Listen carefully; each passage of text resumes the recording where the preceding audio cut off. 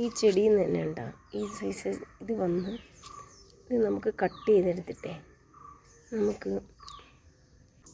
നമ്മൾ ഇത് കട്ടാക്കിയിട്ട് പീസാക്കി ഇങ്ങനെ പീസാക്കിയിട്ട് നമുക്കവിടെ സെറ്റാക്കാം.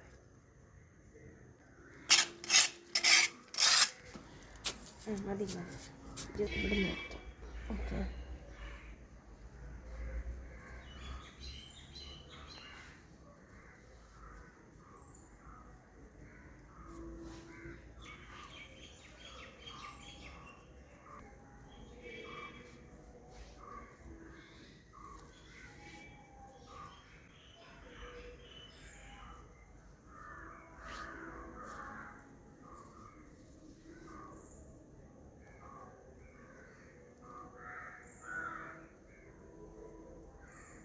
പിടിക്കണമെന്നില്ല ഇപ്പോൾ കേട്ടോ.